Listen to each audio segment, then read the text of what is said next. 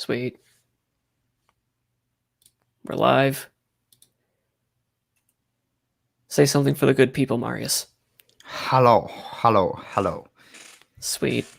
Hopefully my internet stays alive. It'll be fine. Hopefully. Okay, I'm a little loud. Hello, everyone. Hello. Looks like Lukasz actually sent quite a few people here, so I'm a little nervous.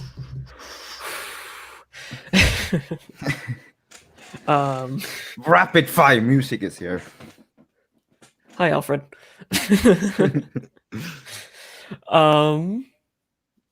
Let's see.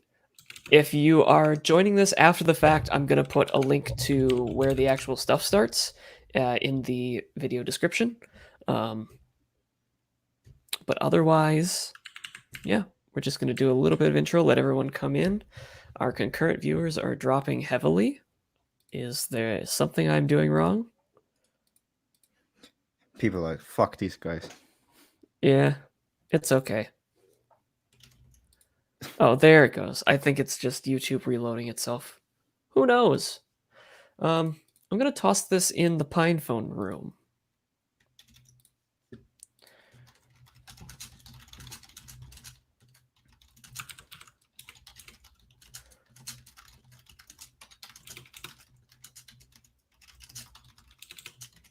There we are.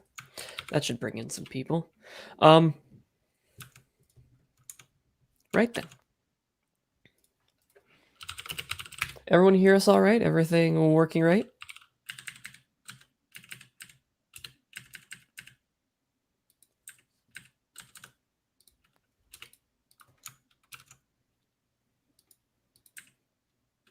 Chat? Is anyone there? Hello? Is anyone here? Is anybody Hi. out there? Hello. Yes. It's Okay, working. yes, we're good. Awesome.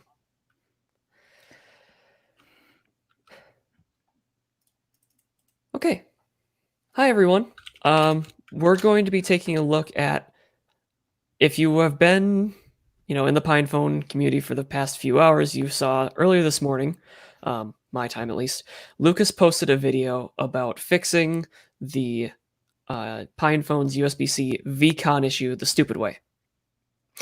Now, for some background on the PinePhone USB-C VCONN issue, there are a pair of switches on the motherboard of the PinePhone, which are attached to the VCONN lines of the USB-C chip. And VCONN is a USB-C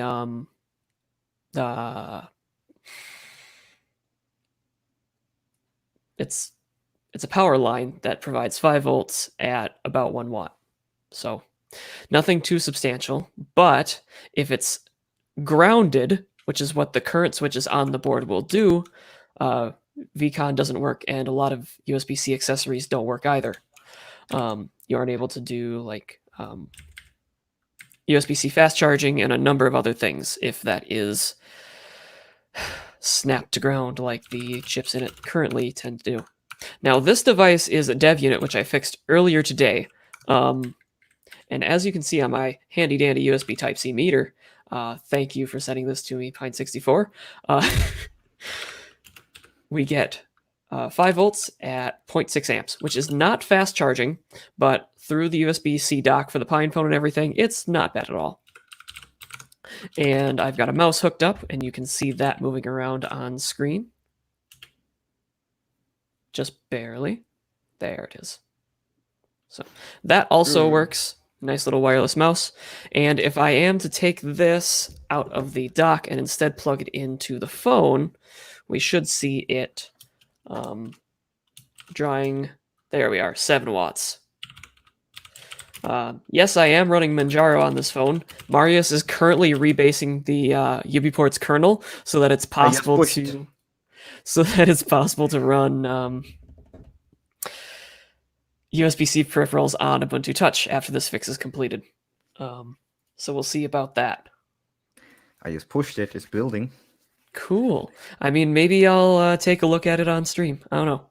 Sorry I couldn't have a face cam for this, but StreamYard only supports one camera in Firefox. I was too lazy to leave, and my only camera is the Dell XPS, which is it's like down here-ish, so bleh, yuck. Anyway, so this is my dev unit. I'm going to put this away, and we're going to take out between. Okay, there's my USB. There's my card. All right, here's my Braveheart unit. This fix is required on dev unit, Braveheart, and the where is it? Ow. UBports Edition PinePhone. Now, the way that you can tell UBports Edition apart if you don't have the back cover, here's a handy little tip for the internet, is you can remove the back cover, and you'll see on the upper right of the phone, when you're facing it from the front, I believe this is the Bluetooth antenna, is different. This is Braveheart. It comes all the way around, and Community Edition, UBports Community Edition, which is 1.2, will normally have this not going all the way around the top. So there's a handy tip for anyone. Now, this isn't a 100% always going to be a reliable solution because the midframe of these devices can be replaced. So at some point, that's going to stop working as a identification tool. But until then, You know, Lukasz is hoping to see the pro way of doing it. I'm sure he is. I don't think I'm going to provide it, though. This is not the smart way to do this. Note, this is the less stupid way to do it. The correct way to do this would be a Heat gun. hot air station like Marius has, but I don't. But not many people have that, so I think this is probably the better option. This is probably more realistic, yeah. Let's see if this will actually boot with the dev unit battery. Screen's on. But if you have one of these tips, it also not that tip. One of these super ultra mini tips. It also is pretty nice to use those. All right, here comes Manjaro on Braveheart. Now, when I plug this into charge, what we should see is not over 1 amp, I believe. Because this, well, I'm completely wrong. This is one of the rare chargers that actually can handle more than 5 watts without VCONN. I need a native USB-C charger. Do I have one of those here? I don't think I do. Shoot. Well, now I just look kind of stupid, but it's okay. We should also see, though, that the USB peripherals don't work. So I plug this in. It's drawing 1.14 amps, which is a little bit less than the, or 0.1 amps, which is probably just enough to run this USB thing.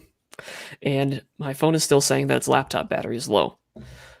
And there's no mouse on screen. So this device does not have the VCONN fix, and we can see that causes, for example, the USB-C dock from Pine64, which this is a pre-release version, doesn't work.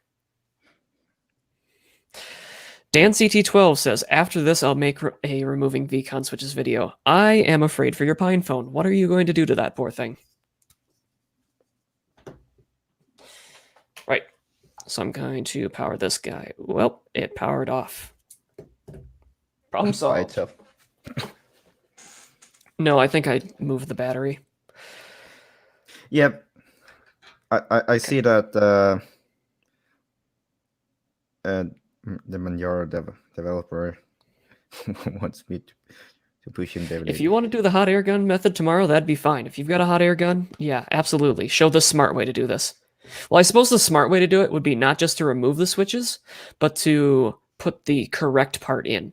I'm not sure what that'll actually fix. We haven't found anything yet, but there is a correct part that you can replace these switches with, which fixes something that's broken when you just remove them. We haven't found a real world thing yet. The correct way is just to wait for the new one to come. Well, I suppose. So yeah, some disclaimers. That's a really good segue into that. This voids your warranty. This voids your warranty. This voids your warranty. But it's a lot of fun to do, so we're gonna do it.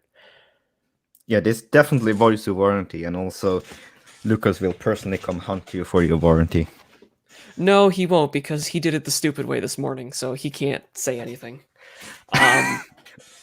It is unfortunate that these devices shipped with this problem, but we are where we are today, so let's just fix it instead of dwelling on that, I suppose. Right. First thing you'll want to do, Marius, is remove the SD card and the SIM card from your device. I did remove my SD card. My SIM card, Didn't remove though. your SIM card. Marius' SIM card is now a permanent part of his PinePhone. Yes, it's definitely not coming out. You can see this is a 3D printed, so it didn't handle the Wait, heat very much. I can. It didn't, as you can see. Sorry. Now we can do it. Now it's not focused. Focus. No, it won't. This camera in the focus. Let's focus on the white text. No. Focus on that. It's too close, Marius. Okay. All right. I think you get the idea. It's melting. Yeah, you get the idea. Broken. So, first thing that we're going... Right. Things you'll need for this fix are some solder or lead-free solder flux, a soldering iron. I have this small pointed conical style tip, which is okay for SMD, but definitely not okay for BGA. But that's not okay. Small in my eyes. Yeah, it's a pretty big tip. But yeah. You'll need a pair of tweezers. These are very, very tiny tweezers at a very nice angle for actually doing this work. And did I miss anything? Oh, you'll need some screwdrivers. You'll need a Phillips screwdriver. So the first thing you'll need to do is remove the battery. We removed the SIM card and the SD card. Now you'll need to remove the screws from the back of the PinePhone. Trying not to get my hands in the way too much. Notice that I'm doing this on my Braveheart and not my Community Edition. I might do that after we're finished with the Braveheart, though, depending on how long this goes. So we'll remove all the screws from the phone. Make sure you put them in a safe place so that you don't lose them.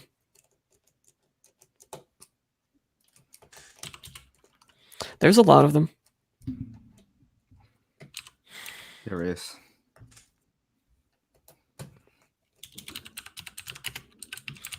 This is the part where repair channels would start fast forwarding, but we don't have the power of that in a live stream. Maybe in the future. Maybe in the future we will. You're right. Maybe it'll be like my GDB session yesterday, and GDB will predict the future, and then we won't need to worry about this anymore. Yes. GDB. Anyway, that is kind of interesting. Yesterday I was debugging QWeb Engine, and it was corrupting its stack so hard that GDB was telling me it was about to execute something in the future instead of all the things that had just been executed. That's a bit of an impossible situation. Also, QWeb Engine was crashing so hard that it caused Valgrind to segfault, which is supposed to be literally impossible. Yeah, Chromium does impossible. Now that I've got the screws removed, pro tip, you can remove the back cover simply by unhooking the clips by pushing out gently on one of these sides and lifting up. And that's easier than trying to insert things between the sides of this. And then you can continue to pull up on the edges. Nope, not that edge.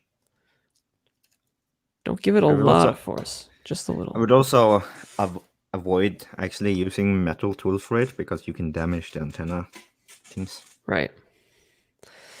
If needed, we're going to go to this tool. Which is plastic. which is plastic.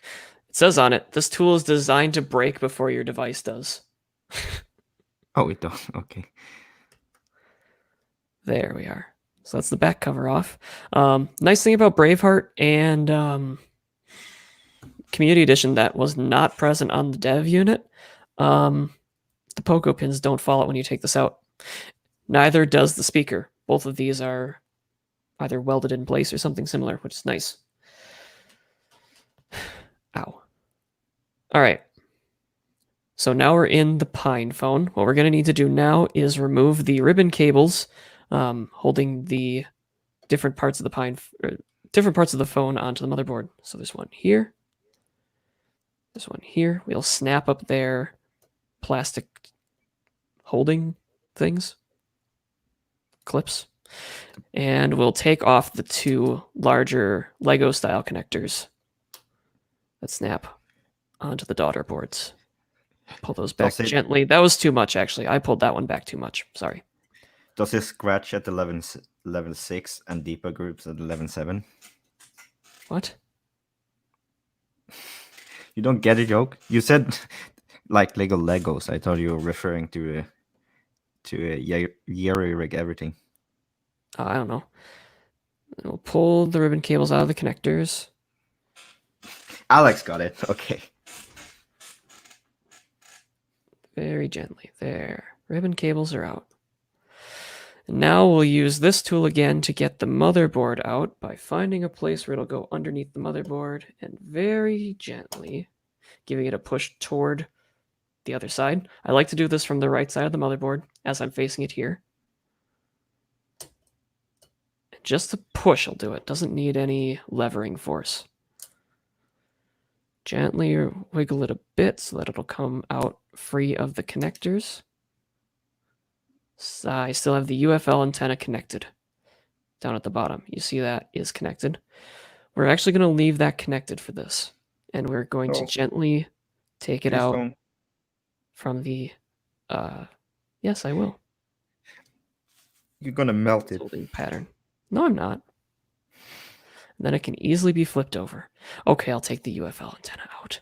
Yeah. You're such a wimp. I did this without taking it out on Braveheart. Yeah. It's going to be a pain to get back in. Nah, it's fine. Yes, it is. Where am I going to put this? There's no room left. I'll put it back here. All right. Here's your phone motherboard. That's all there is to it. We're going to remove the RF shield on the rear or the front by inserting our prying tool into an open area. There are several, including here. There's one at the corner. Here. Basically everywhere the screws are. And then there's one here and here where we can put our prying tool in. Yeah, no, it doesn't like that at all. This camera does not like that. Too shiny. Give it just a little. The problem is you need to get under it, and this tool is not ideal for that. There we are.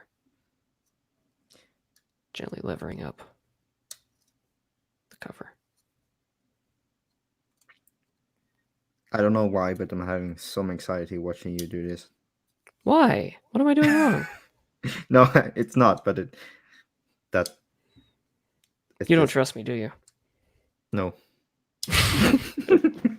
He says slipping. I don't know why. I know that it's fine. You know that I've done it before. It's not that fragile, really. Like, I Lukasz know. is right. It's not fragile. Check out. This is the guy who sold you the phone. Yeah, this is the guy that sold you the phone. It's not that fragile. But he is the guy that also just ripped the thing off the pad, so I wouldn't trust him. This might be too close for this poor camera.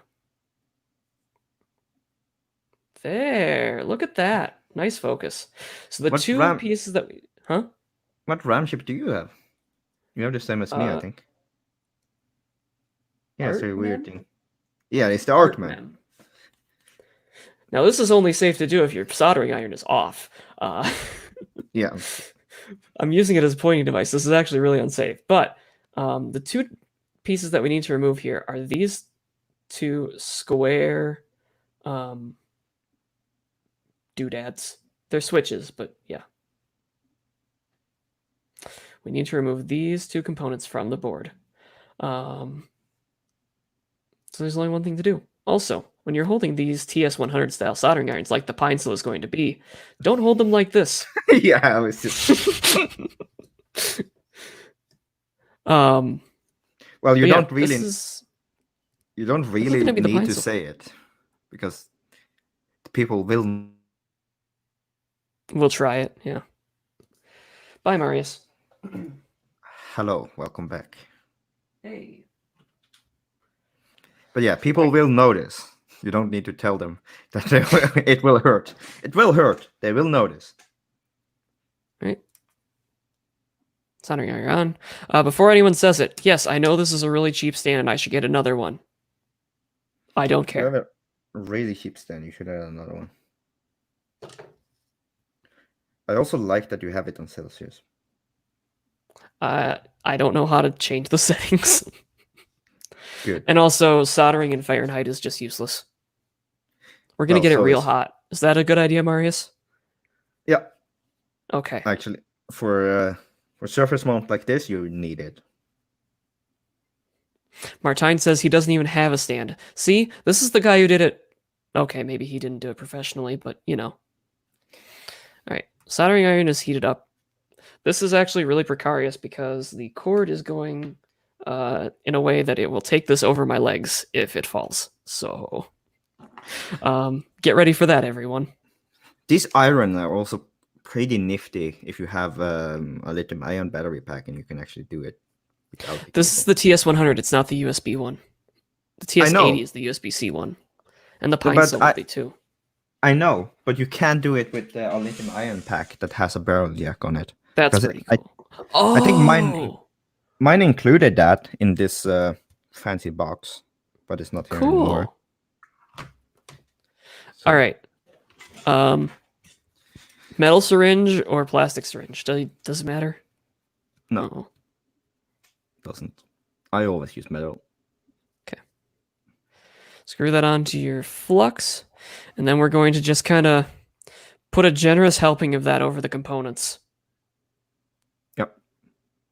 Now this is the scary part. Yes, this is indeed. Well, not yet. It's when the iron comes into place. Hasn't even started yet.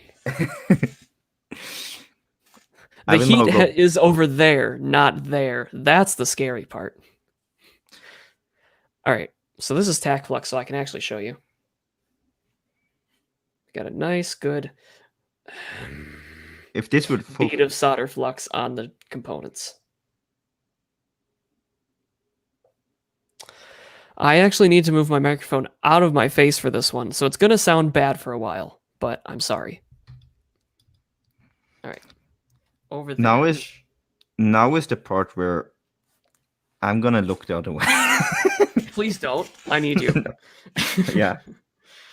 Okay. So I'm going to come in with these tweezers right about here over the components. I would heat it up first. I can see the components through this flux. I would heat it up first because that's going to be really hot.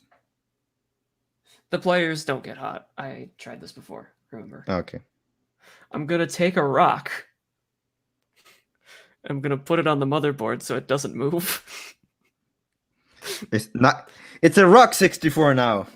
Ah! All right, here we go. So, solder onto the top of the component. That's the flux. That's the flux burning off, correct? Yes.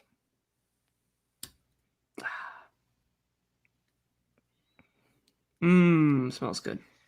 So here you have low pressure, not wiggle too hard. Then it will heat itself I should be wiggling through the just flux. A little bit though, right? Yes, but let the solder and the flux do the job. Okay. And now, since you are not reusing the component, it's fine to just put heat directly on top of it. Yeah, if we were going to reuse this would be a terrible idea. We should be using a hot air station, and this way is almost definitely going to crack it. Yep. Oh my goodness. Just let This it is more heat it up suspenseful first. with the live audience. I gotta admit, this really wasn't that hard to do. Alone. Just let it heat up first. You seem to be a little bit hastily. All right. Thank you, doctor. Thank you, doctor.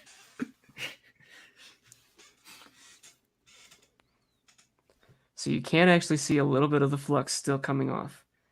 Yep. I am good. lifting up just a tiny little bit. So when this is done, it should just fly right off the board. So now you can probably wiggle a little bit. And it should come right off. Oh no. It's loose. Wiggle. We're getting some really burnt flux on the board. This is going to be a pain to clean up. Please come off. Is it that stubborn? Yes.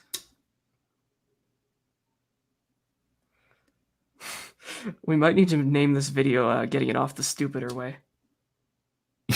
Yeah. I may have melted through the top. And it's not coming off? What the fuck?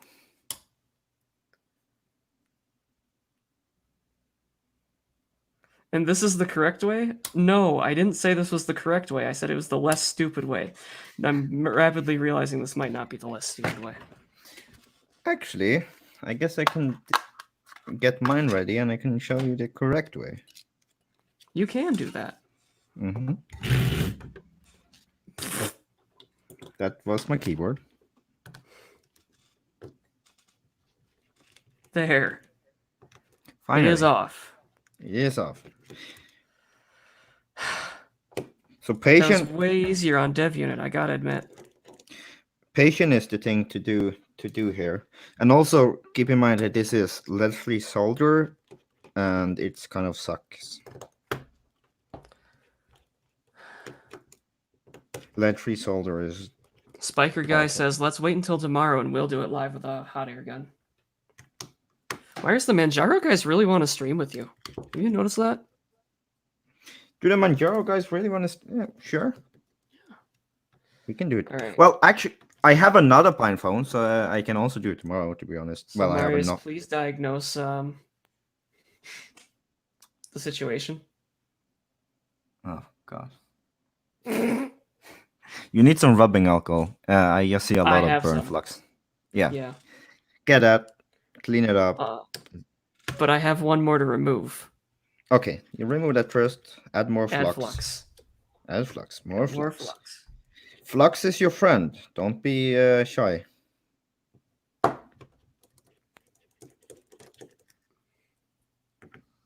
Looks professional, says Martine.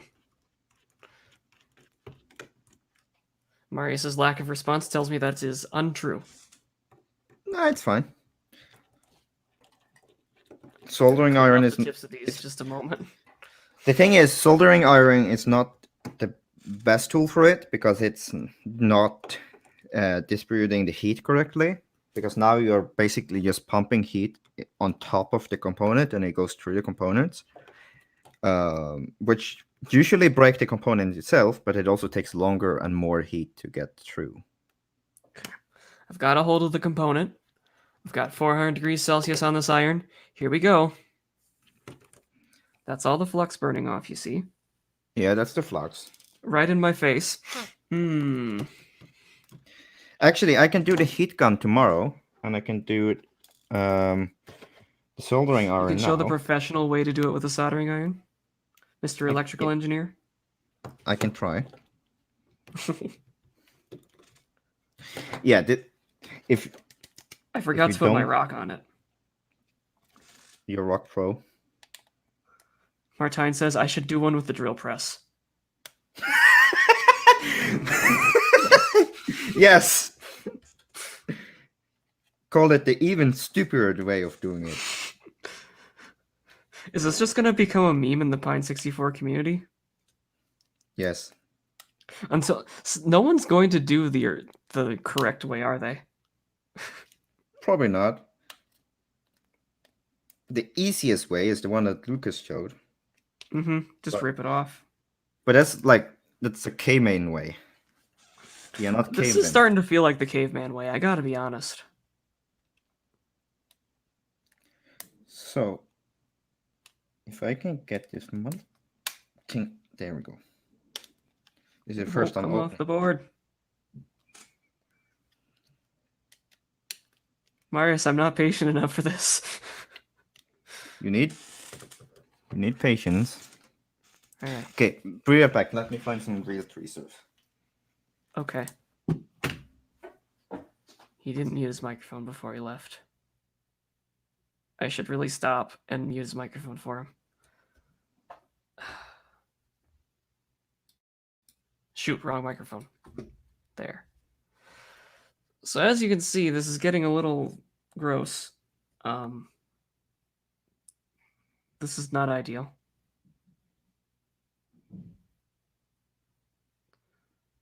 Lukasz says, I honestly think, and I'm not being a jerk here, that my way is better. Starting to think that you might be right. I am melting through the heat spreader on the chips before I'm actually melting the solder, which is totally not ideal. Marius, your microphone is muted. I know. Okay. So, I found my my bird tweezers or whatever. Like they are super sharp. Marius, this way is kind of dumb. Is it? Yeah. Let me try it. I'm gonna retitle this video. Let me try it and see if it's better. It's off. Well, it shouldn't really be the dumb way. Well, it is a dumb way, but it's not that dumb. I mean, this one, Martine says my TS100 is better than his. I don't know. This one held 400C the whole time. No problem.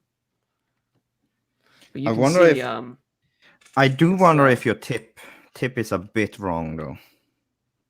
Yeah. You should have smaller. It's got some problems here. I'm gonna need to clean that a lot. This one holds 4. Maybe, Martine, do you have a 19-volt supply going to it, or do you have a 12-volt supply? Mine is 24. It really does care about the voltage that you're sending to it. Definitely does, yeah. 24 is definitely the best. Yeah, even 19, it does fall. Like if I just take this and stuff it into the water here, I think this not actually going to fall. I think the one that I'm doing now is actually the Braveheart one. I'm not sure how to see the difference. Is the what one? The Braveheart one, because this has stickers and stuff on. I just told you how to see the difference. Remember? No, I have the early version of. Oh, that's right. You don't have the right version of anything. Yeah. So, Marius, can you answer this? Does adding a bit of solder to the tip help, or would it be worse? No, that would just run right. We just run right off. Yeah. Martine says he has a 12-volt supply. Yeah, you definitely need to get a better supply. That's why you can't hold any heat on your iron, your TS100. Remember that for the PineSil when you get it. You're going to need a better power supply. 12 volts is not enough for these things, even though they will run. They will run, yeah. Right. So I have got a right mess on this device now. Yeah, you need to clean it up. But all the components still seem to be in the correct place on the board. And we'll see if there's actually any pads left after we're finished. That could also be gone, in which case this is also the dumb way to do this. I don't know if you're getting a PineSil, Martine. Ask Lukasz.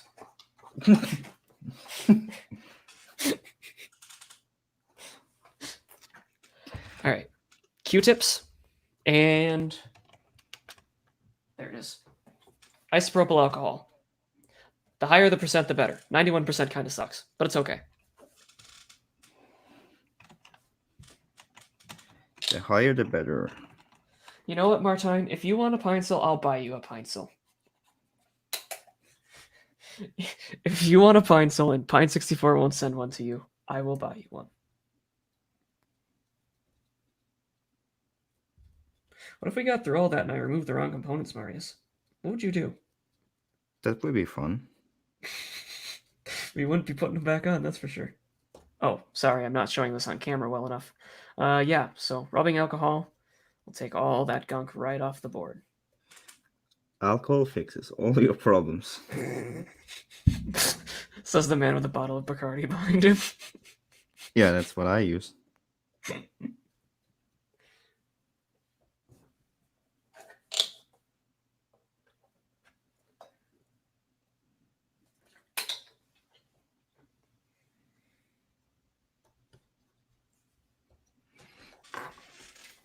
Yep, we're just gonna clean that whole board right off like nothing ever was done to it. Alcohol fixes all your problems. Let's spin the Really Q-tip does. a little bit. You know what, Marius? It I don't seems think all the pads are there. I think we're missing a pad. Oh, In which case, this is Well- the really stupid way to do this. well, we are in luck because we are not using the pads anyway. I know, but still. So, Marius, are you going to show me up? Is that what's happening here? Yes. All right. I don't know how to make you the larger video. Well, we'll see. Ooh. Hello. No, not like that. You wanted me larger. Okay, so how do I set this up without being such in a stupid way? You could be like me and you could just use a PinePhone box. Have you actually got a PinePhone box, though? I do. To So here you this can day? actually see the components in a microscope. Those are the two You aren't things. focused on the microscope. I aren't, because I'm not really done setting up yet. So let me find a box.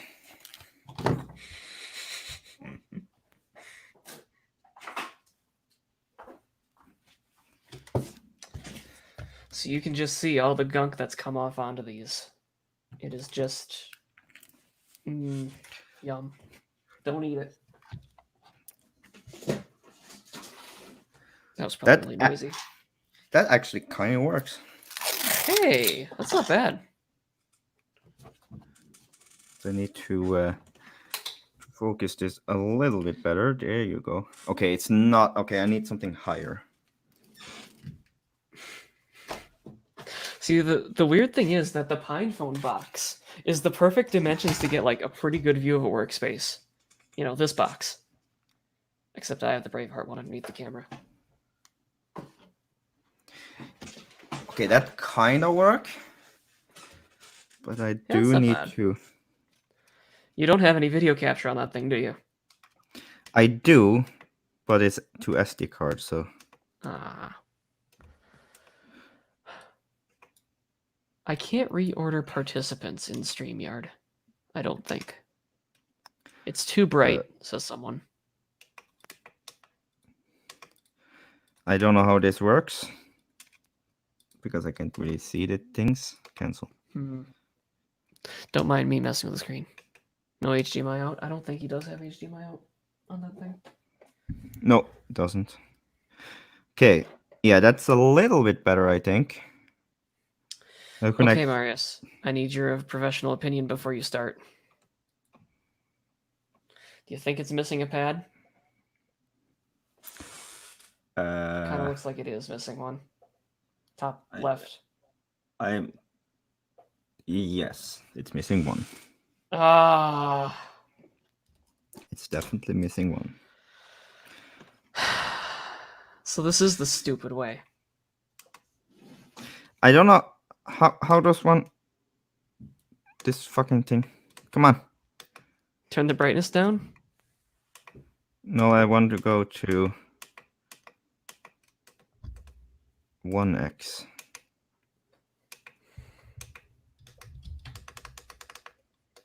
You only need one pad to keep the component down, says Martine. Man, I was going into this thinking I was so smart, but it's not. I'm not. But it was fun. Is this? Yeah, it's still pretty hot. So we're gonna pop our RF shield back on.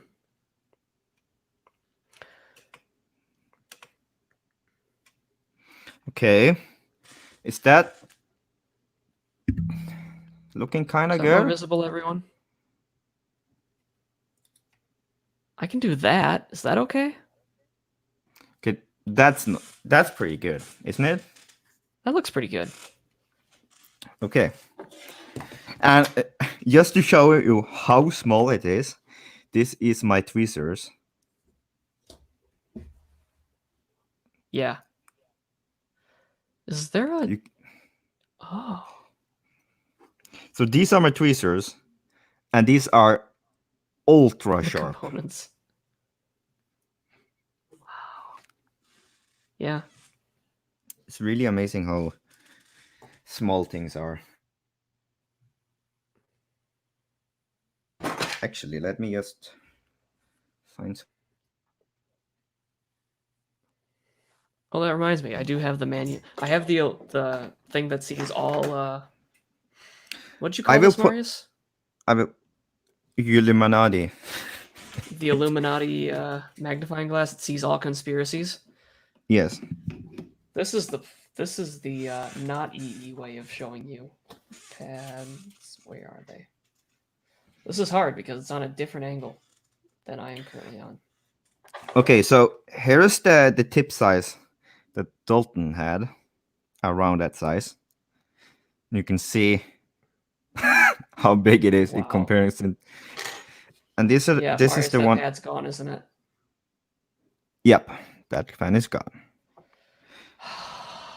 This is the one that I'm gonna use. You can see that. Wow. So this is not. Yeah, this is I me thought so. total. This is me totally showing off, but Spiker guy confirms one of the pads is gone from the right switch. they are. Lukasz, I'm glad we didn't bet because you would have won. The stupid You way wanna- does work better, or you- at least as good as the smart, not as the less stupid way. You want to bet with me, Lucas? You want to bet? I'm gladly taking this bet. Wow, look at him gloat. Look at him gloat.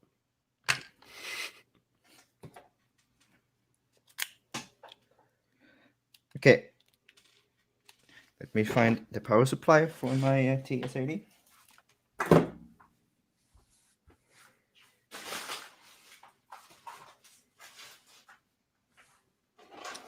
Just gonna clean up my workspace a little bit. Slightly disappointed, but it's fine.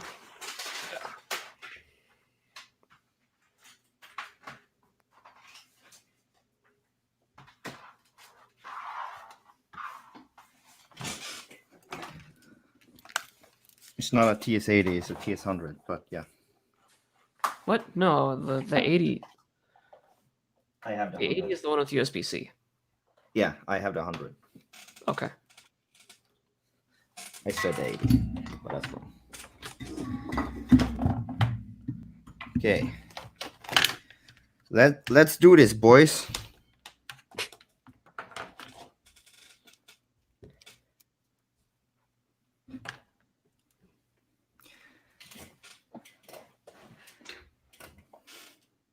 What does Lucas say? I think that result of my Stone Age technique will be part of the fancy Microsoft. Yeah, Probably. probably.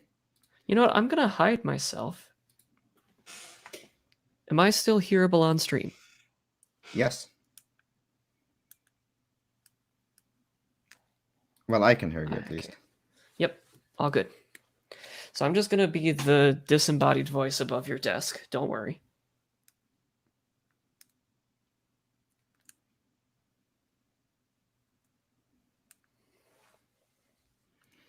Okay, we are heating up. And I'm not going to use a stand for this because I'm too lazy to find it.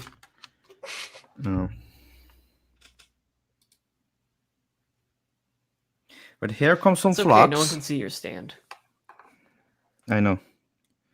So here comes some flux. Oh my gosh, it's huge. It is huge. That is not tack flux, is it? That is text flux. Oh, interesting. It looks so much different under the microscope. It does. Because it's under a microscope. Well, Let's set this to about 390 at 380.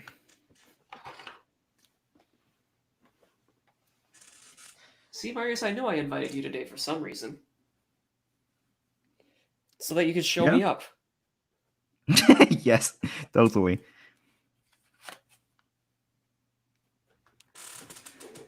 Okay, there's a cable in the way. Excuse that. And here we go. Let's melt the flux a little bit so I can see. Then we grab the thing. We shake all over the place. And I'm actually going to do it a little bit okay, man. So we heat it up like that. From this side, as you can see. From the side. Okay, yeah, you can only do that if you have a small iron. Mm-hmm.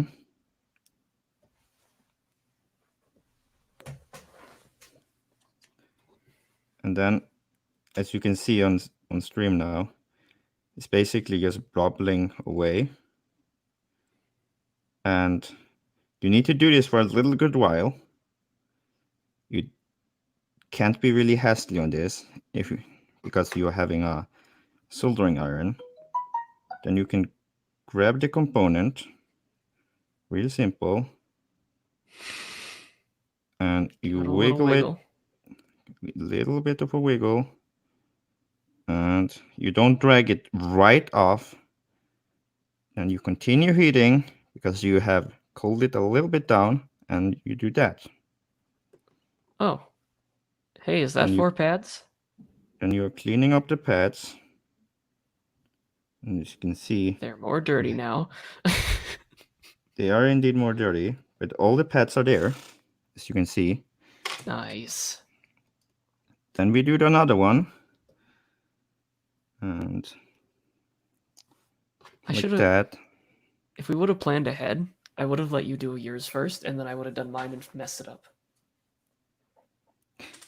Yeah.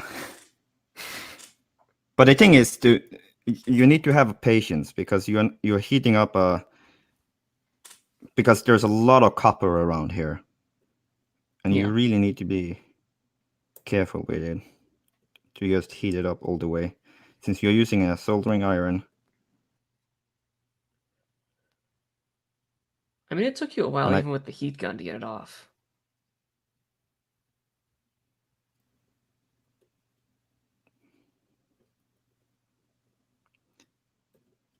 I think this cap come off, but we will fix that later. That's not good. That is not good, but it's basically just to pull it in place. Marius Gripsguard, are you the next Louis Rossmann? Maybe. I doubt it. There we go. I ripped out 2 pads. Ah! So Lukasz was right. No. That's fine. We need to get this one back in place. So this is super tiny. And here you can actually see the component. You can see the balls on the back of it. Such a long time since I have done this, but it was actually kind of fun.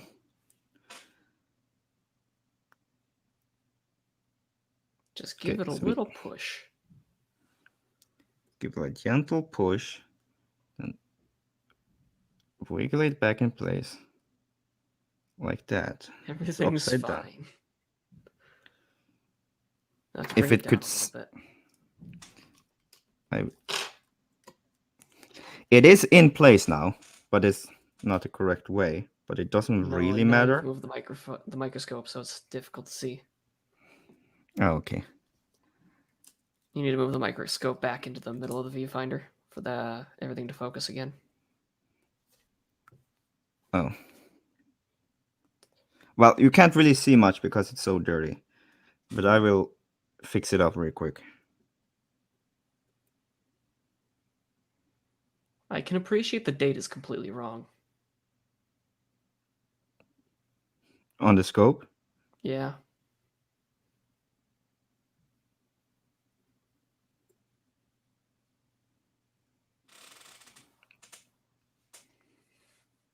Okay. So it is in place. It's upside down. But it doesn't really matter that much. So On the bright side, I didn't knock anything off like that. So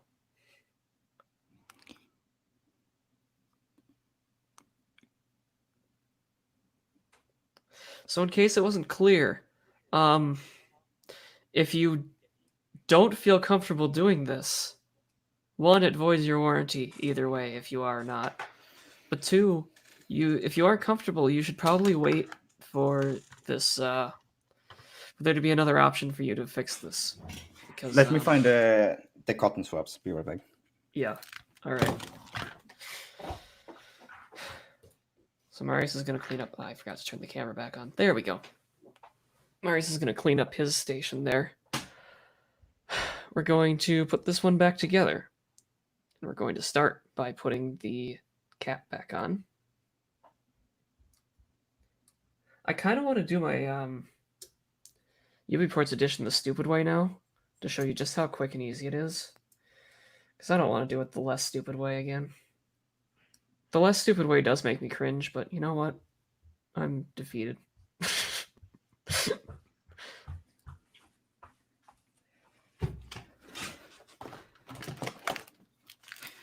Okay, so let's clean it up. Okay. Back to you, Marius. But the thing is, broken pads don't really matter here. Because you're not replacing it, yes. Yeah. But the thing is, you might as well just do it the stupid way then. You might.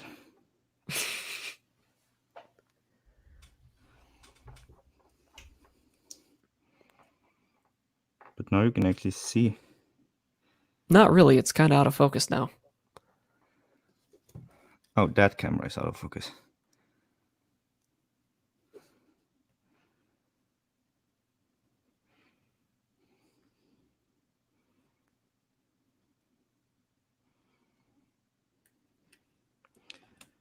Look at that. It looks pretty not. Where did I put my there's my alcohol.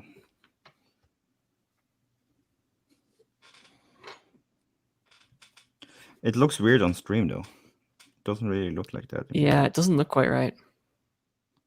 It's because you're taking a picture of a screen, but you know.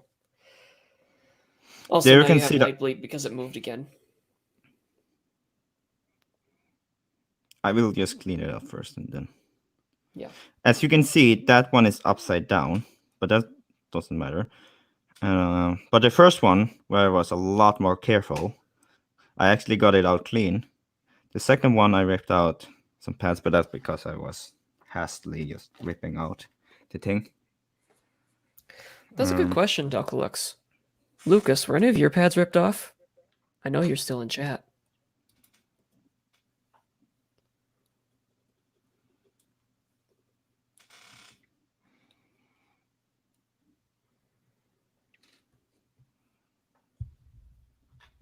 It was kind of hard to see in your stream.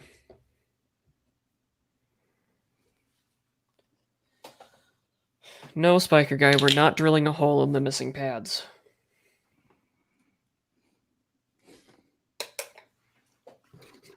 I need to clean off my... I I need to clean off my tweezers now. Apologies for any noise. So here we can see there is one pad rip off. Okay. So it's that pad right there. That is fine. That is mostly fine. And that is mostly fine. So Either way, you could not replace these switches with the correct ones given that job. You could if you repair the traces. Yeah, right. Like anyone's going to be able to do that. But if I were a little bit more careful when I pulled it up, it would be fine. But I weren't. Because I was on stream and wanted to be quick about it. But actually, let me try cleaning it up a little bit. You can see how that looks like.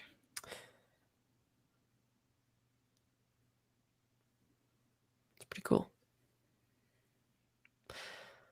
Well, while you clean that up, mind if I switch back to me and put this thing back together? Oh, okay. Try cleaning it up a little bit. Okay. And see how we do that. I'll leave you there. Those are fine. As you can see, those are fine. The first one I took. Those are all fine. And here, that one is fine. That one is fine. Those one are not fine. But that one and that one is fine. So if you do like I did the first time and be ultra careful, it is possible to do it the proper way. And also not knock that off the board, right? Yeah. But I'm not sure if you can see how tiny that little thing is. Oh yeah, they're small. But compared to myself, put the shield back on. So this is for reference. That is the same size part as these down here. Yeah, those ones. So it's extremely tiny. This one. Not the big brown one here. These little tiny ones that have black on them. That's the It's size upside right now. Oh, there's my IMEI. Oh well. Please don't ban my phone from Verizon, everyone. Okay. I'm putting it more center. This is extremely hard if you don't notice already.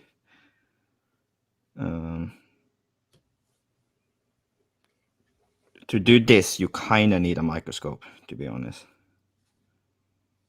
Because this is extreme.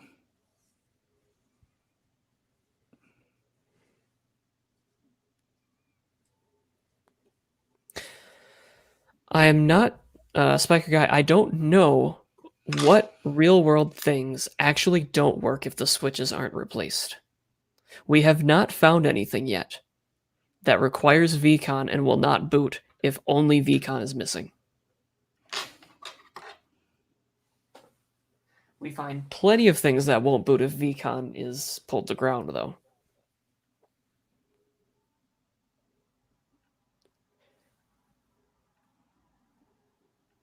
I need to clean up my tips.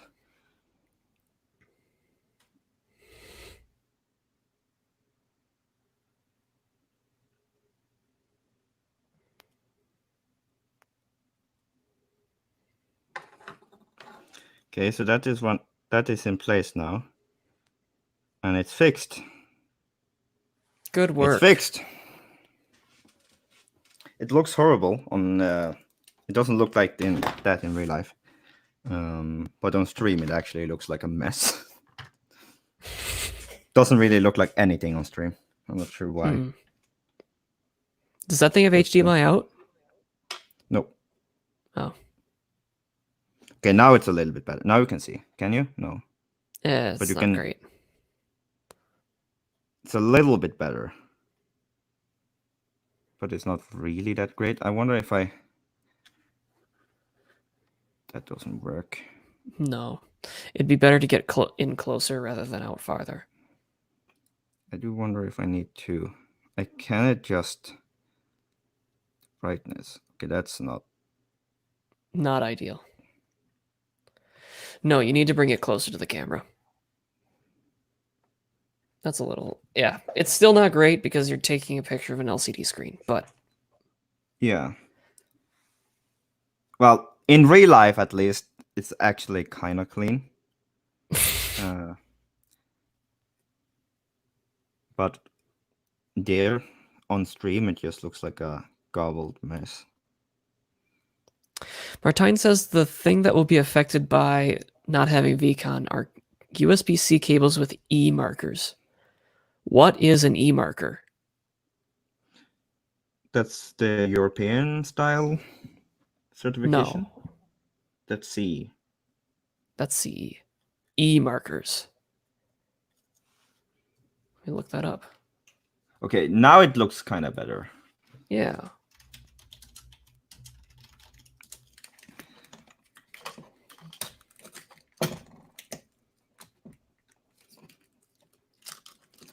So this was soldering with Dalton and Marius. Oh. E-marker cables are capable of delivering more power. Okay. So they're like the only cables you can use for delivering 60 watts to laptops and stuff. Okay. Okay, I'm gonna use my heat gun to actually dissipate this alcohol because it's faster. All right. But so if Spiky Guy wants to do this tomorrow the correct way with a heat gun, you can do that. That's a lot easier. All right. I'm going to put my phone back together here. I do think everyone is wondering if mine works. I am too. It's probably fine, but you did knock the diode off. So, all right. So we're going to pull back the cables a bit. It was a resistor, but yeah. Oh, that was what? We've also said it was a capacitor. We've said it was anything that it could be at this point. I'm going to push that back in and snap it down. Bring the locks on the ribbon cables up. Let me try finding a place again. This is... Okay, there it is. Yeah. Okay, now you can see it a little bit better. Can you see that on stream? Yeah, it's a little bright. It's too bright. But yeah, you've put the component back in place. I did. Good work. This looks really good in real life, but it looks like shit in... But yeah, trust me, it looks good. Or not. Or don't trust me.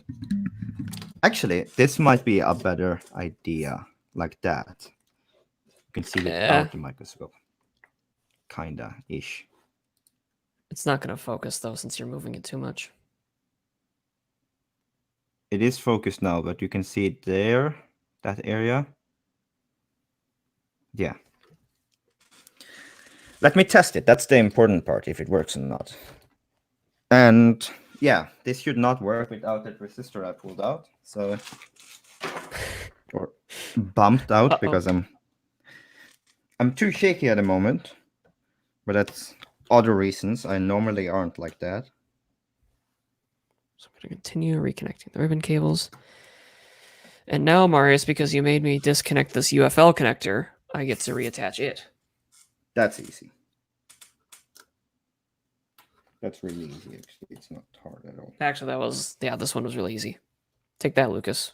I do have small victories today. They are really easy to... I have never had problems with them. In comes... Make sure that all the ribbons are attached. There. Okay. In comes the mid frame. Snap it down. So yeah, using a soldering iron... everything back in. I think the TLDR to this is that using a soldering iron is okay. Also is kind of stupid. It's really stupid. It's another really stupid method of doing this.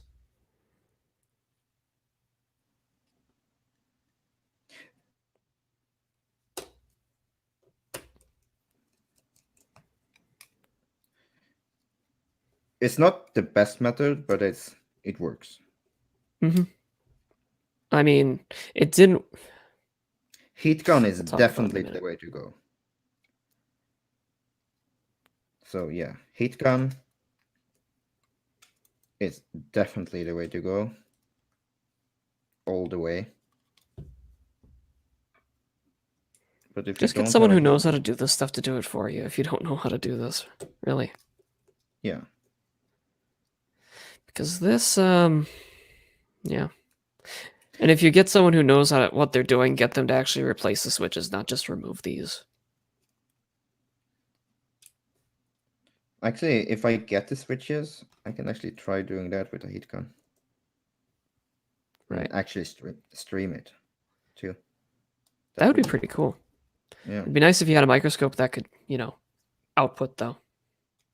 I might be able to modify this because I saw some people do that. Does it have USB? Does it do video over USB? It has USB. It might do. Might just act as another webcam then. Yeah. It charges. It charges to USB, so it might actually. I will try that, of course.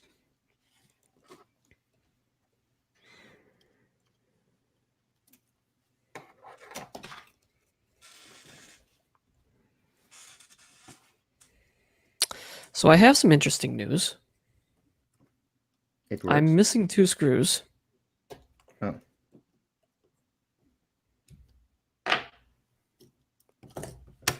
How? Okay, they were down in the bottom of the well.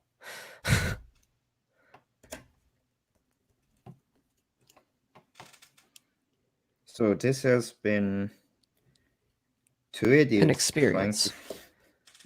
Two idiots trying to show fix- up a different idiot and completely failing because they're idiots. Yeah. Right. Battery. I remember we did a lot of this at school, so You did, I didn't. I did, yeah. So I Right. So now we're going to do the remainder of the setup of the ANX 7266. What you're going to need for this is you're going to need to pop in your SIM card. Do you need a SIM card? Yes. Why? Factory test. Oh, you can't do it manually from CLI or something? I'm sure I can, but I don't know how. Wait, that's not it. And you're going to need an SD card flashed with Martine's factory test. Version... Which version is this? 20.05? No. I'm gonna snap this in like little Legos. 2005 factory. Can you download that for me? I can send it to you, but I can't download it for you. Actually, you can. You can log into my server and. That's true. I can now do that. Yeah. No, I will not do that for you. Oh. Okay. Wait, did you actually use the whole Ansible playbook? Yep. Oh, nice. I thought you just made your own. Nope. Snapping the back on, and will it power on? I should push No, it. I put the wrong battery in it.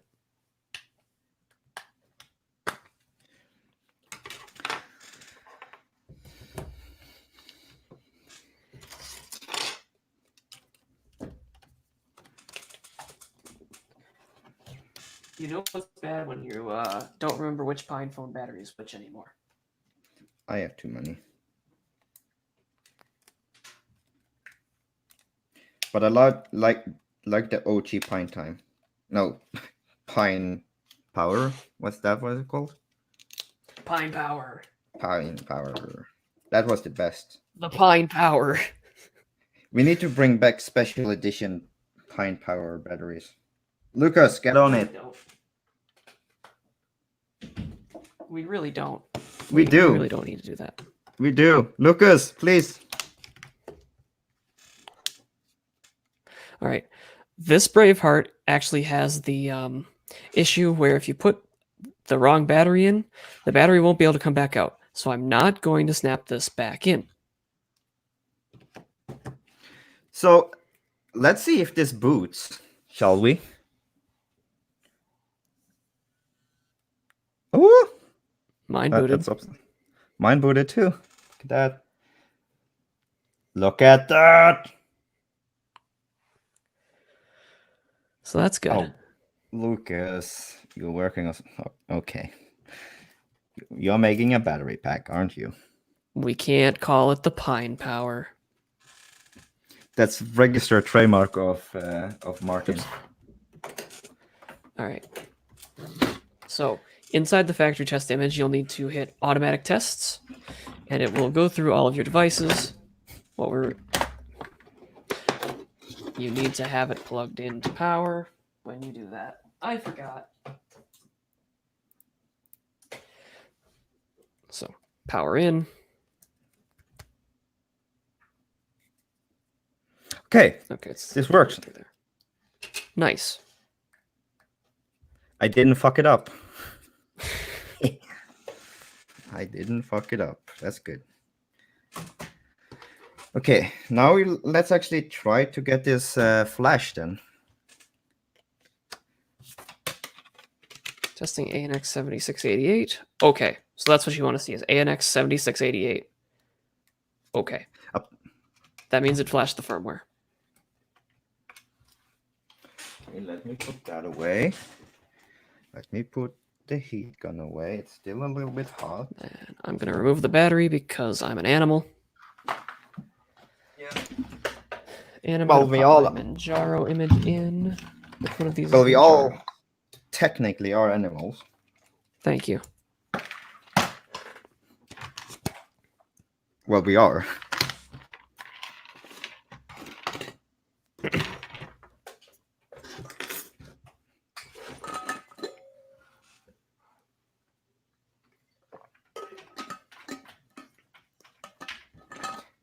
Well, I thought this was the Manjaro SD card.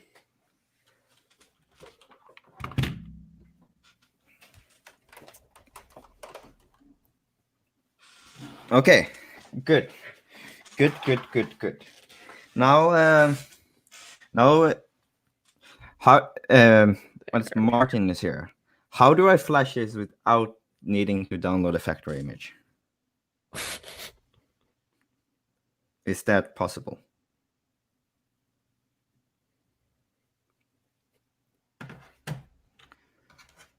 All right, we're in. Oh, this battery is too well charged up. All right, we'll try it anyway. I need the dock. It still has my mouse plugged in. We have a new kernel now, by the way. Okay.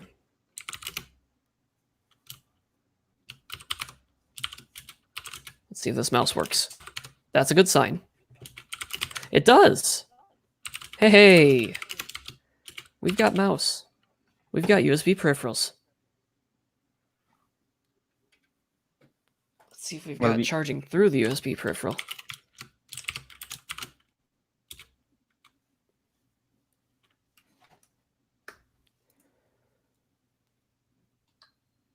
Yes, we do. Can we use Yum Drive to flash the ANX? Spiker Guy says HDMI test. I don't know how to enable HDMI on here, but if you tell me, Spiker Guy, I will do it now. Because if I just take this and plug it in, I don't think it's going to do anything. Do it on Ubuntu Touch. Why not? That definitely doesn't work. No, with my kernel image, it should work.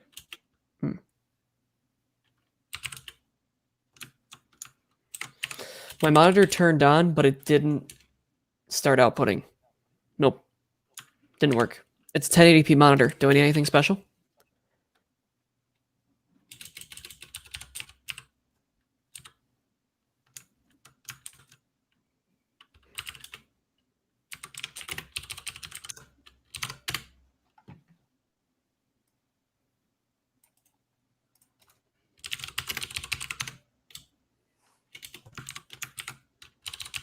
Maybe if I unplug the dock and plug it back in.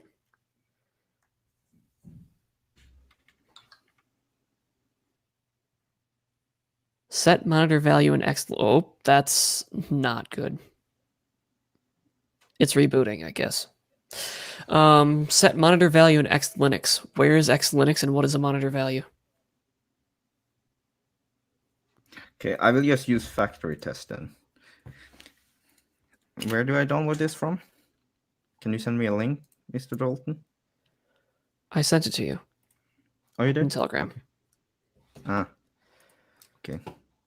Check DM message for ANX errors. Sure, I'll do that, Martine. Well, we're going a little off the rails, but that's all right. Let's see. I need to share screen then.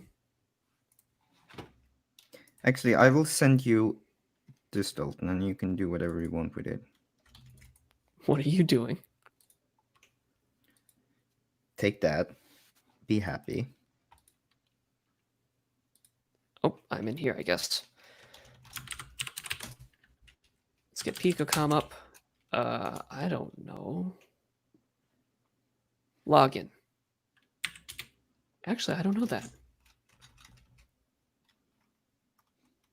What is the login on Manjaro? Maybe it's just Manjaro.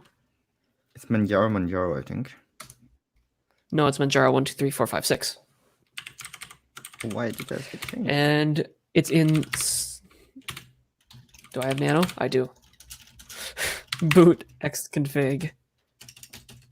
No.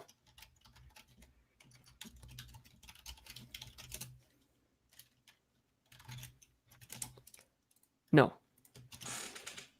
Yes. It's just boot. Vim. Please don't use You want me Vim. to use... What? You can't Oh, it's access X Vim. Linux xconfig. I can use Vim. No. I can't use Vim. It's not installed. I can't use Vi. It's not installed. What? Is Vi and Vim not installed on Manjaro? What is this? Not in the default image. No, actually, You know what? That's a good a idea, guys. Yeah, that's a Good really work. good idea. Because Vim sucks for everyone else. All right, what am I putting in here?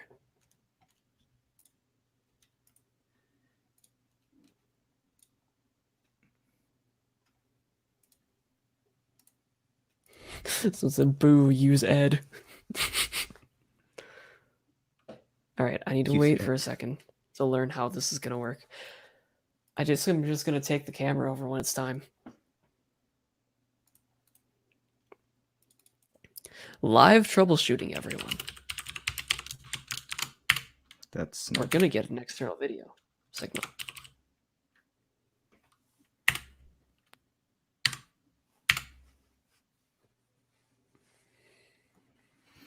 Let's see if this new kernel works, though, shall we?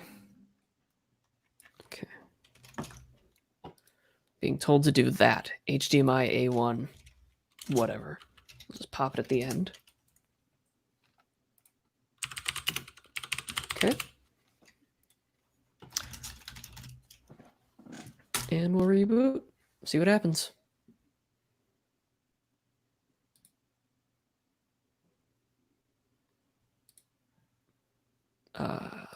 There. Now, as we wait for Manjaro to reboot for a moment, Marius wanted me to just try this boot image. What am I going to flash this on? I have too many phones. You just DD it live like I did. But what am I going to DD it onto is the question. Want to touch? No. I know. Okay, I need to find my docking and test it. Manjaro is almost up.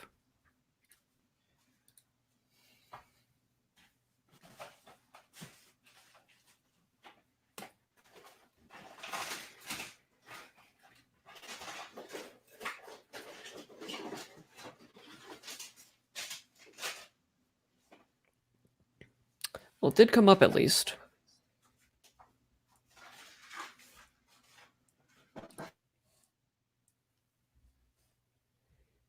I still don't have anything on the external display.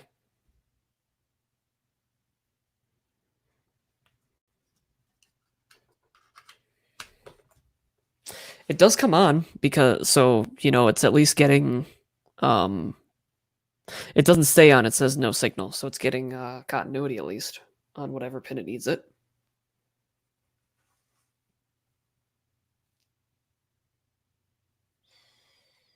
No, no signal.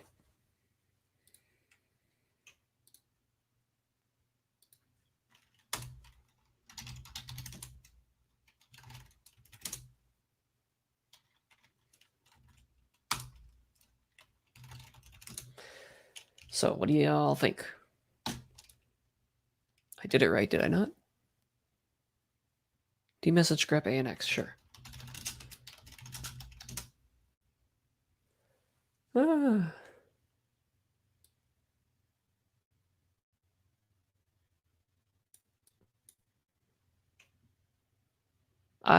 This is Greek to me, Martine. Good luck.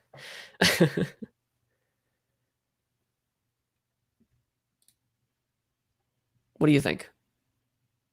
Here, I'll try. I'll remove it and plug it back in.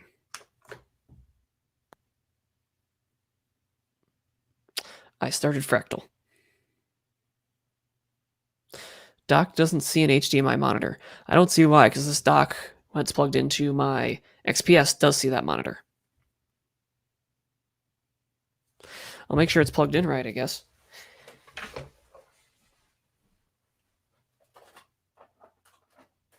Yeah, that's in tight.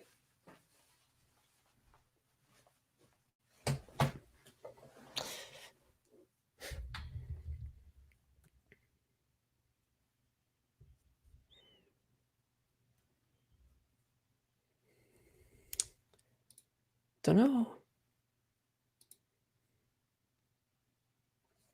Unless it's glitchy when power's connected, we could see that.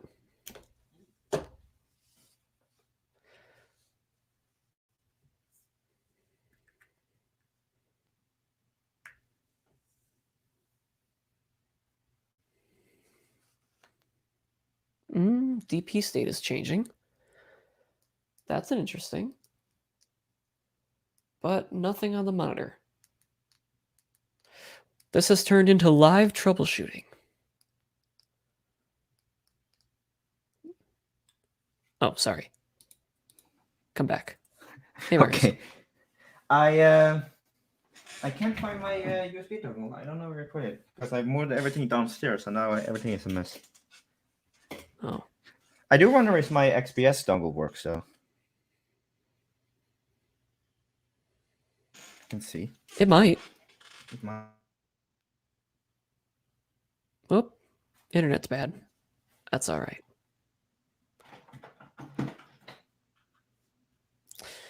$0x07 means running. The ANX isn't getting HDMI from the A64. Okay. How do I fix that? Okay, it's plugged in, but what should I plug in to the thing? Try a mouse first. Let me find the mouse. Or let me just use this mouse. I'm too lazy to find another one right now. A little later if it works, but not right now.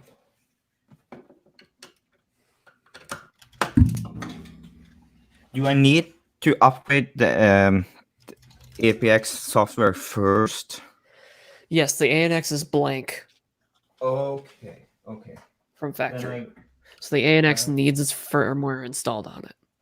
Okay, then I will do that first because that's probably my problem. Mm-hmm.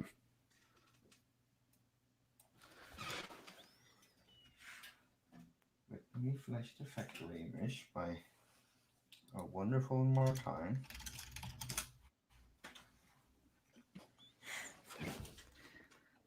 Well, we'll just try rebooting this thing again. Why not? Sure, why not?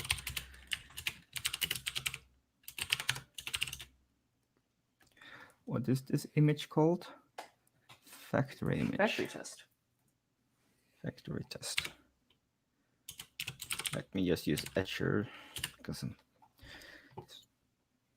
it's easier. This is called PinePhone Fosh factory image. What does that mean? Oh, okay. So that's just if you actually do the install. Okay, that makes sense. Right. Yeah, it's got the image of Postmarket OS for the factory Right. inside of it.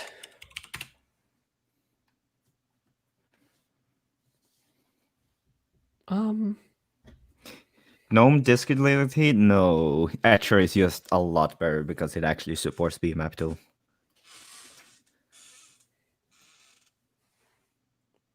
I use GNOME Disk Utility. Yeah, but it doesn't support.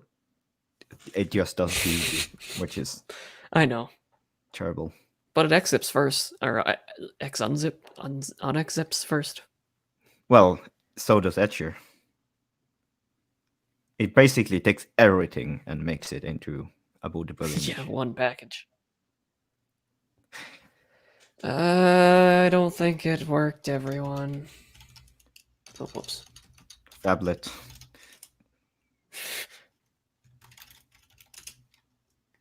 I typed the password wrong. How do I type? How do you type Manjaro? How do you type Manjaro? They aren't Nope. big enough, but Etcher is generally better, like when you do stuff. Maybe not for this specific image.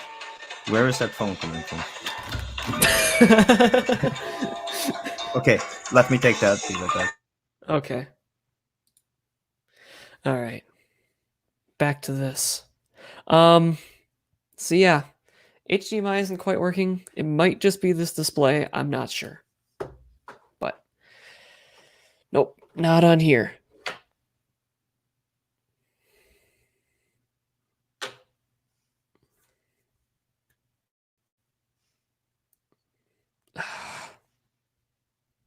I need to turn this off, and then we're going to go to a Ubuntu Touch image. Want to do something crazy? Should we do my community edition the stupid way? What do y'all think about that? Now that we've got this one running with USB, should we do it the stupid way?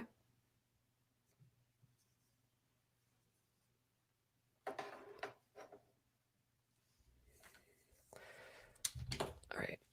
Now I need to go like that.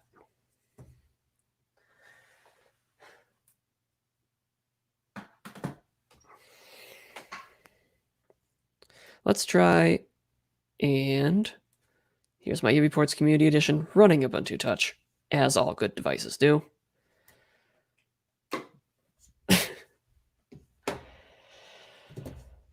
This one I'm just going to rip the things off the board and we're going to see what happens. So, I don't think I need to explain this one again.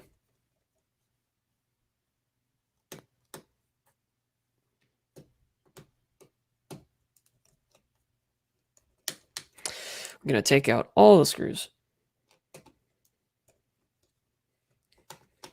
For anyone just joining, no, this is not the start of the stream.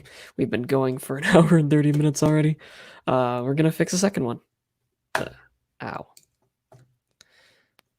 But I did show in the beginning the symptoms that you'll get if you don't do this fix. You get any USB on-the-go peripherals just will do nothing without this fix. And you might not get fast charging depending on your charger.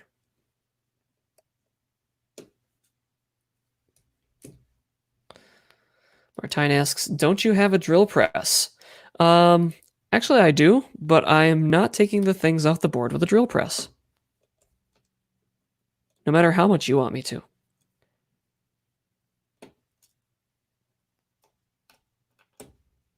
Come on. Out. Out. After you start going crazy for a while, you do start to talk to your screwdriver. So, just be wary. PinePhone can cause light craziness. Actually, that's probably just me.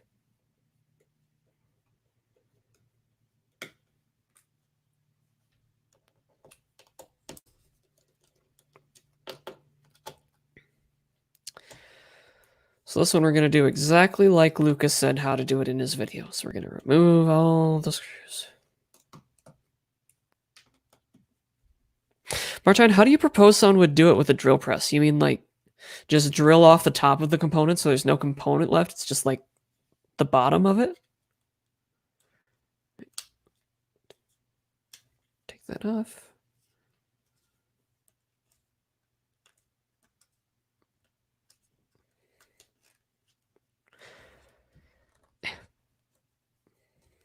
Come off mid-frame.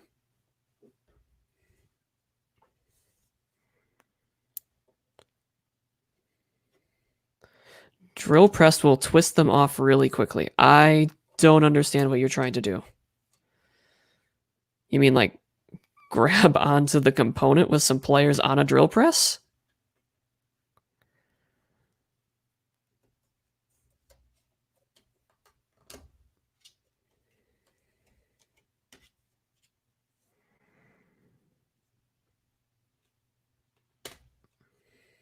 Nah, just drill straight through them. Okay. Yeah. No. That's not happening. This is not a serious suggestion. Yeah, no, I figured. Take all of our... I'm just speeding through this because we've seen this already today. Viewers are starting to drop off. I know it's getting long, but, you know, it's all right. Thank you all for watching if you have been here for this long. There we are. Bring that out. Snap the UFL antenna off. Sweet. Okay. This RF shield, gotta come off.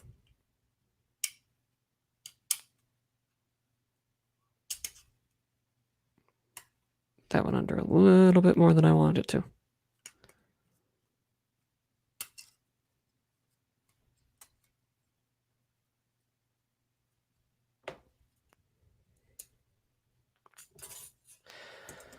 All right. So the two components I'm going to take off again are, shoot.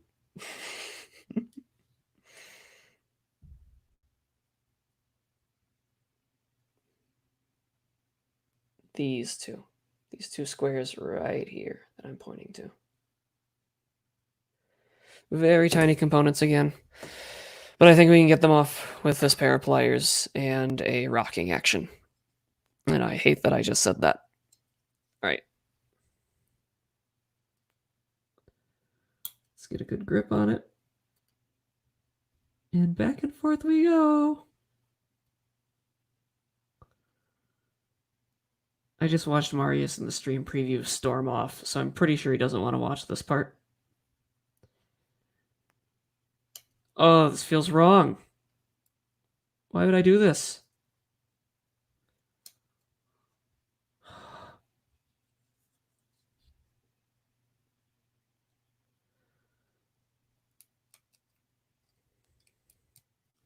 Wonder if I have a better player of players for this.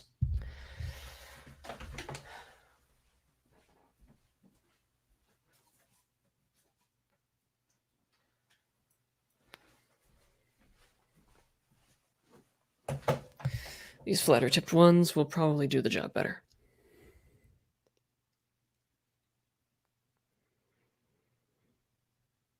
Hey, there's one off. We're going to grab on to only the component we want and not the stuff surrounding it. Give it a twist. Off. All right. There's our component. You can see the pad has come off with this one. You can see the pad on it, in fact. Bit of copper and solder. How about on this one? I can see the pad has come off already, but you see it on the bottom of this one, maybe? Yeah, it's really hard to focus down on these things. Come on. No, I'm not going to coax it into that one. That's okay. Yeah, And on the board, we can see there are, I'm pointing at the wrong point of the board, 2 pads which have been removed in the process, which is all right because we're not going to replace them. But yes, that was much faster than the smart way. So, you know, whatever you think.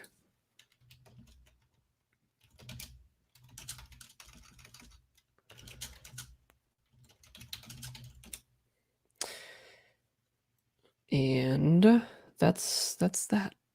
So we're going to put the factory test image in this one, install the ANX firmware, and we're going to see if we can get USB peripherals in Manjaro again. Just to make sure that our the stupid way worked, which it has to. Okay. RF shield back on.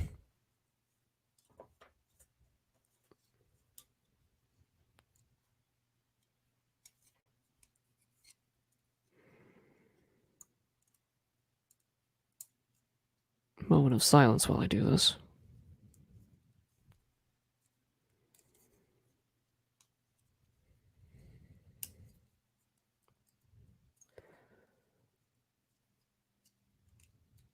And then we're going to pop it back in the back in the chassis. So down on the side, pull this ribbon out because it always likes to get stuck under. And down it goes.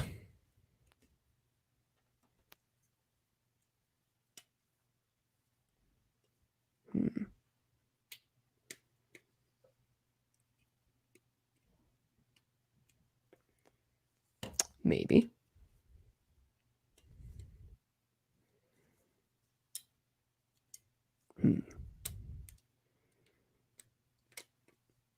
Easy does it unless it doesn't. There. Excellent. All of our ribbon cables will head back in now.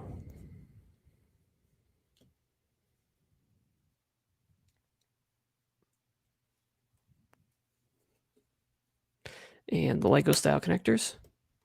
Snap them on. There we are. Our PinePhones back together. Mid-frame.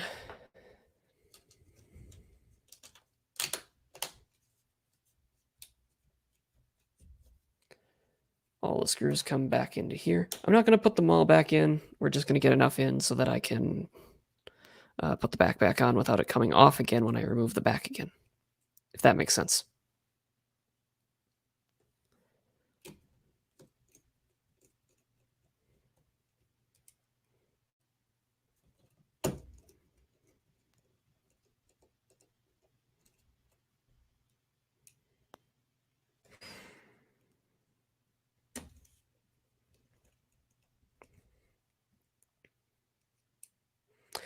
And 4. Cool. There we are. And now I'm going to...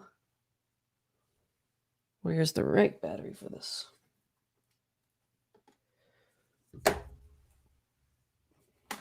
We're going to need a SIM card in.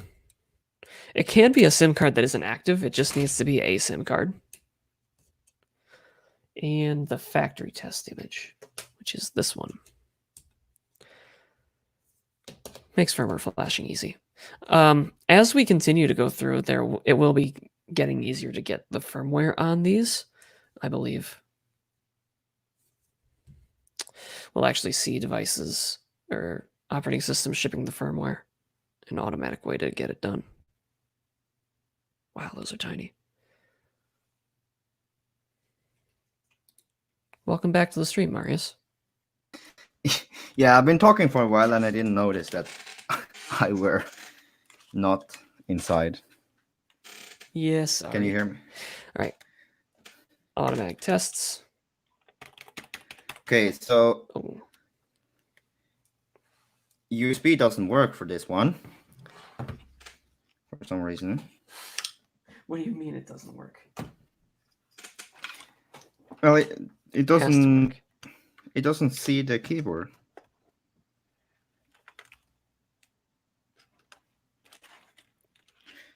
I do wonder if my kernel config are complete or not.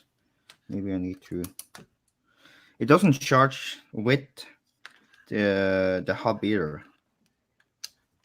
Whatever that means. You have a power tester, don't you?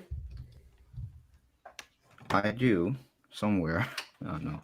Oh, jeez, that's right. You've uprooted your house. Yeah, I moved my desk and now everything's upside down. It is there somewhere, but it doesn't show the indicator at least. But I do need to check. Maybe Martijn knows this. Do you know what kernel config is needed for this to work? Maybe, hopefully. I'm gonna add. Oh, that's right. We wouldn't have the right config, would we? Well, we're not gonna wait for the kernel to build on stream. That's for sure. Well, I can change it real quick locally, so it's not really that long. Let's see. I need. It is running the newest kernel. You need to compile with that. Okay. I did enable something like that, but I'm not sure what I did. 7 watts. Sweet. Okay, so I didn't compile with that. Okay, that makes sense. Thanks, Martijn. Did you compile that as a module? As a module or not? And once we plug in the dock, which I have put right over here so that I didn't lose it.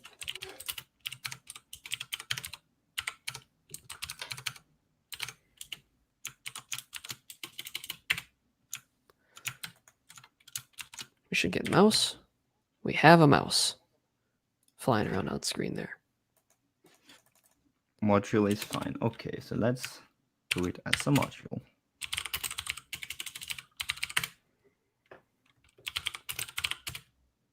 I'm going to try the monitor again. And snap. Snap back into reality. The keyboard did move about a bit for a second there. The monitor is on, and the panel isn't coming on. No signal. Nope. Didn't do. Sorry.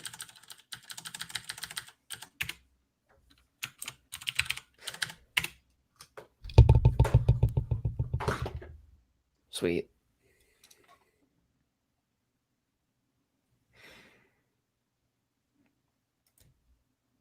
What?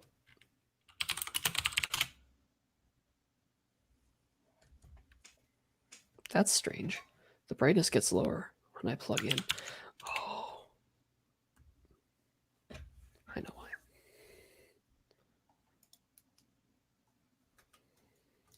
But if I just start charging it, the brightness comes back up.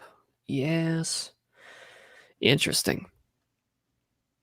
So this is only charging at 3 watts through the dock, but that might be something that we can get that all fixed up. Potentially. Again, this isn't a real Type-C charger, so it might just be that I don't have a real charger. And that's its problem. I do have a real Type-C charger here. Let me see what it does with a real Type-C charger. I did find one. It's the one my laptop's plugged into.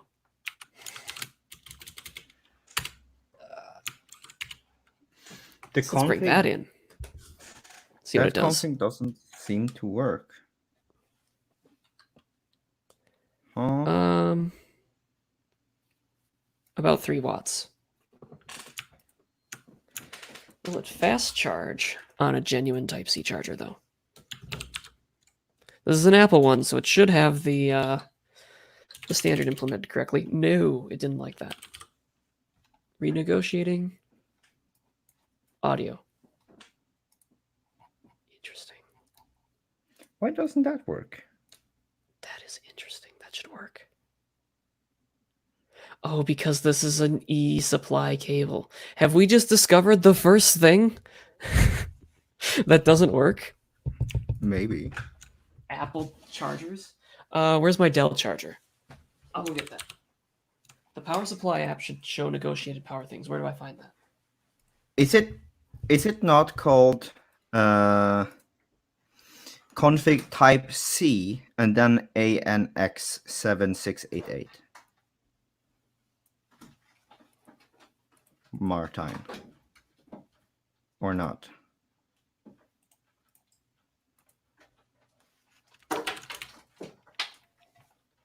Because then I have it enabled.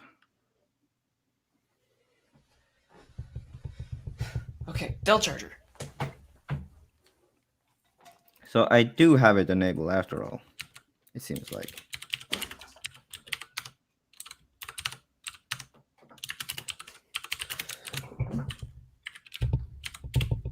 Excuse the noise.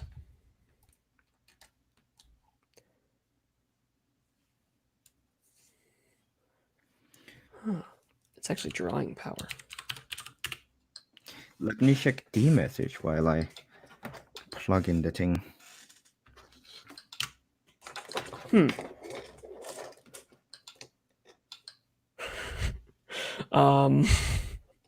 What is that noise? That's the unplug and plug noise. It's like the charger is boot looping. So nothing is happening. So that's a Dell Type-C charger. This might be what messes up VCONN. So I am on the kernel that is on the Pine org. There, it finally did negotiate itself 7 watts.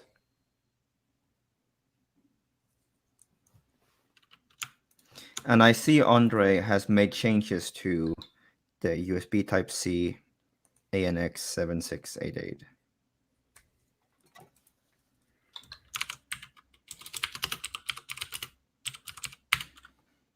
All right. Okay. There's a lot of switches on this device that I actually don't know what they do. So okay, so in the log, it actually does say TCP I2C read failed at 00. Read failed at 0x1. So what? So the APX is failing to start. nope, that's not gonna do it. It doesn't like this Dell charger. So why is it failing to start? Is that a dumb question?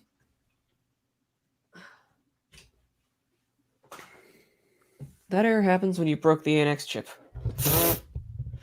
or you're using the 1.1 DTP on 1.2 hardware. I am. Don't do that. Okay, so that's the problem. Okay. And then it's easy to fix. Do it, Marius. Do it for the fans. I am on progress of quote unquote doing it.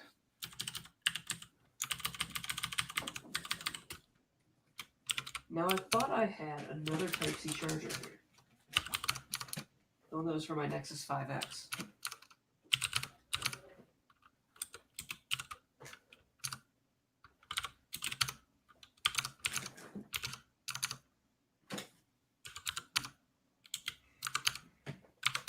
Guess not. All right. The USB mouse does work. Yes. Yes, on Manjaro. So that's all fine. Okay, let me move that too.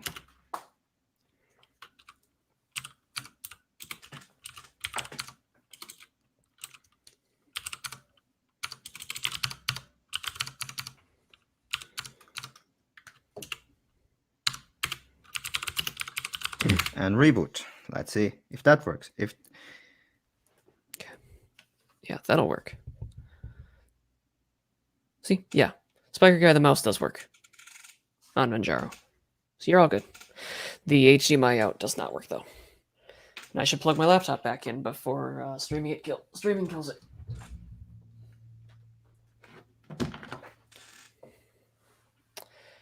Cool.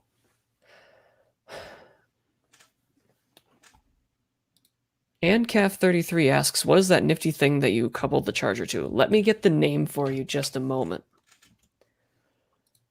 Do you remember what TL called this one, Marius? The USB-C thing? I don't know. The USB-C one, not the USB-A one. I don't remember. I need to find that. What are you? Okay, it worked. It worked. Nice. It worked. Now let me try if it actually. Yes, there's lights. Because the lights. Nice. Fuck yeah. Yes. Ruiding Type-C charger. Or Type-C debugger. That's this one. U2? Is this the U2? You can take a good look at it, Spiker Guy. Is this the U2? Is this what you bought? Quay U2. I mean, they're all the same. I'm pretty sure. I also have this one, which has both USB-A and USB-C. But TL, I told TL that I had this, and he said, no, that one's bad. I'm going to send you a new one. That's TL. I'm pretty sure it does the same job, so I don't know. This is the one that Marius recommended I bought, which was the Rui Deng. That's the old one, yeah. That one is pretty good too. But that is not USB-C only though. No, this one is USB-A and C. And really hard to focus on, apparently. Yes. Apparently. Oh, the buttons are hard to push. It says that it's in Samsung quick charge mode, but it's not really sure about that. In Samsung, yeah. So the ANX is doing something weird here, we can see. At least when it's going through the dock. We'll see what happens when it's just direct. This is live debugging of stuff, everyone. Okay, this is okay. Cool. I now have this thing up and running. Interesting. So that was working correctly before. The blue debugger doesn't understand PD. That makes sense. I guess that's why I was sent a new one.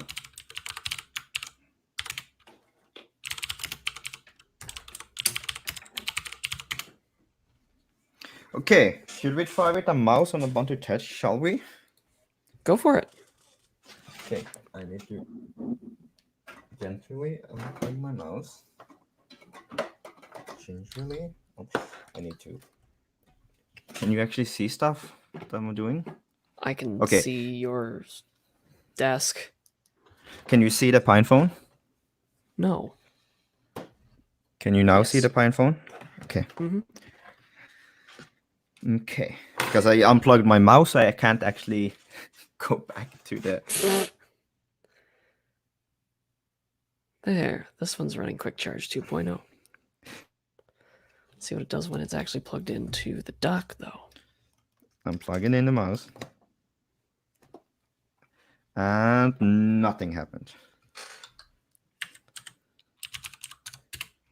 The Quick Charge mode is different when it's plugged into... It gives me some USB errors. Okay. Yeah. Maybe it doesn't like this mouse? Can that be? It's possible. Your mouse is too fancy, Marius. It might actually be because it's an LED type deal. It's an RGB mouse. It is. It says unable to emanate USB device. Why? Try reversing the Type-C connector. Is that your super ultra hack? I don't know. That's what Spiker Guy says. Nothing. Aww.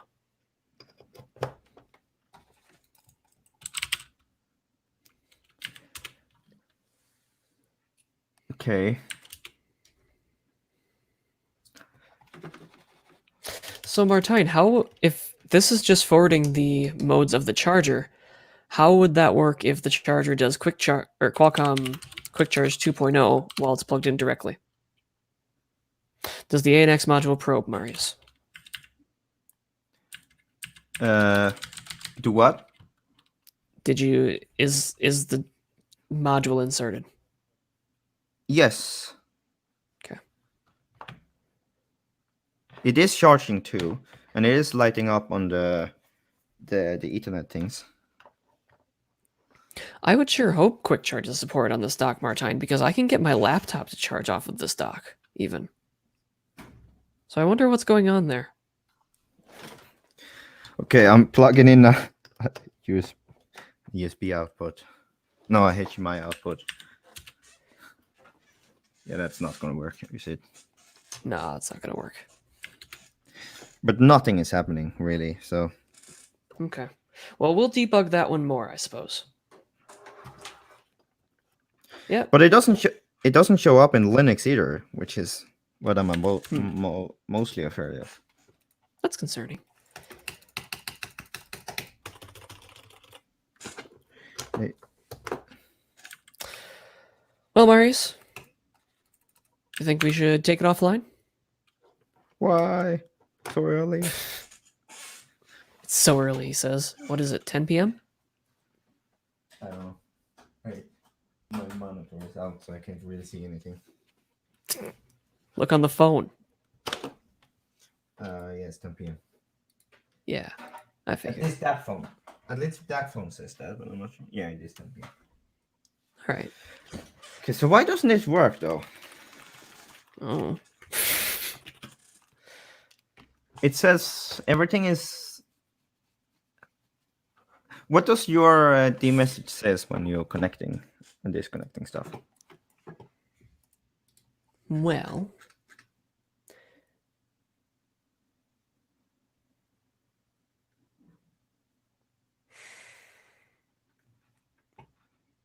I'll just send you the entire log. I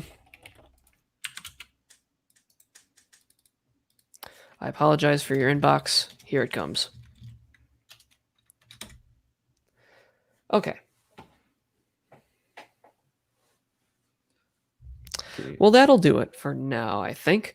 We've got one PinePhone, which we fixed what we thought at the beginning of the stream was the slightly less than stupid way, but turned out to be equally as stupid as the stupid way. So, yeah, both of these are now working with USB quick charging and USB peripherals, but both of them have had their soldering pads removed, so we can't actually replace the switches to get the proper ones in place. Which unfortunately means that these devices will never work as well as the 1.2a motherboards that are going to be coming on the Post-Market OS Community Edition, which is for sale now, not sponsored by Pine64. Otherwise, is that the one with real conversions? Otherwise, I think that'll about do it for us. Thank you everyone so much for joining us. I'm gonna scrub through here and find a couple of highlights from the stream so that I can post them in the description, which might be helpful for all of you. But hey, it seems to work. It seems to work. According you got there just in time, buddy. Yeah, according to Linux, it seems to work. Now this just need to boot. Linux 10 out of 10 brand integration. No problem, Martine. Always here to help.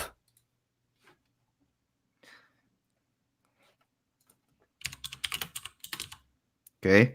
You can see a mouse. There is a mouse on screen. The mouse works. Well, I haven't. Does it move? The mouse lit up. It doesn't move. Well, it died when I plugged in the actual. No, it actually. It's still here. It says USB mouse is connected. Interesting. Huh. So it might be something with the Wayland stuff. Interesting. We'll need to keep looking at that. Otherwise, I think we're going to head off. If you like this, leave a like, maybe a comment. I'd like to know what you think about these, whether I should do more of them. Thank you for joining, Marius. Thank It's you. nice having you. And we'll see y'all in the next one. Bye-bye. Bye.